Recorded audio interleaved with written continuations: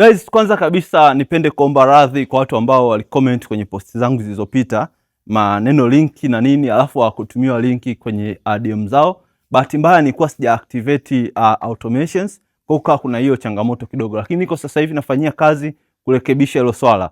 Na kama hujapata linki yangu, ingia kwenye group langu la Instagram, la WhatsApp, la whatever. Hizo linki nyingi nimeziweka huko.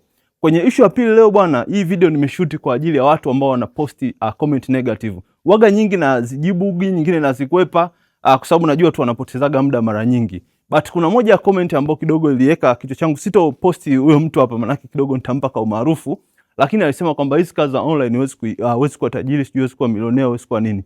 Sasa nikaingia Upwork, kuna jamaa Mkenya huyo nimechukua tu kama mfano, ambaye ameingiza $600,000.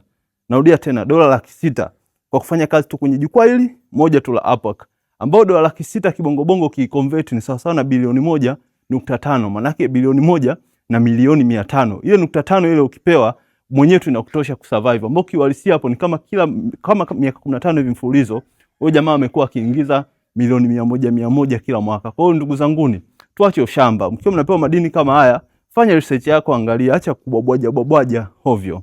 Asanteni sana, mpaka siku nyingine nitakapowaletea tena madini.